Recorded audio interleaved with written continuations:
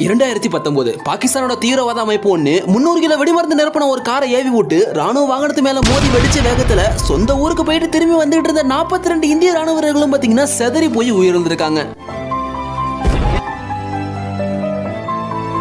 புல்வாமா தாக்குதலில் சிஆர்பிஎஃப் வீரர்கள் 40 பேர் வீர மரணம் அடைந்தனர். உங்க நாட்டு தீவிரவாத அமைப்பு எங்க நாட்டு ராணுவ வீரர்களை கொலை செஞ்சிருச்சு, அந்த தீவிரவாதிகளை கைது பண்ணுங்கன்னு இந்தியா சொல்லியும் கூட பாகிஸ்தான் இருந்து எந்த ரெஸ்பான்ஸும் இல்ல. தன் எதிரி கண்ணுக்கு எதிராக இருந்தும் கூட அவனை ஒன்னும் பண்ண முடியலையே அப்படின்னு பொங்கி எழுந்த இந்தியா ஒரு அறிவிப்பு வெளியிடுதுங்க. உங்க நண்பனை கொலை செஞ்சவனை நீங்க பார்த்துட்டு சும்மா இருக்கலாமா? இந்திய ராணுவம் இனிமே எங்க வேணாலும் எப்படி வேணாலும் பாகிஸ்தானை பழிவாங்கலாம் அப்படின்னு இந்தியா உத்தரவு போட்ட அடுத்த செகண்டே இந்திய ராணுவம் என்ன பண்ணுச்சு தெரியுமா? பாகிஸ்தானுக்குள்ள நெருப்பு மாதிரி நுழைஞ்ச 2000 இந்திய போர் விமானங்கள் இந்தியா மேலேடா கை வைக்கிறீங்க அப்படின்னு பாகிஸ்தானோட மொத்த தீவிரவாத அமைப்பையும் இரவோட இரவா தும்சம் பண்ணிட்டு வந்திருக்கு. ராணுவத்திற்கு அளிக்கப்பட்டுள்ளதாக பிரதமர் நரேந்திர மோடி அறிவித்தார்.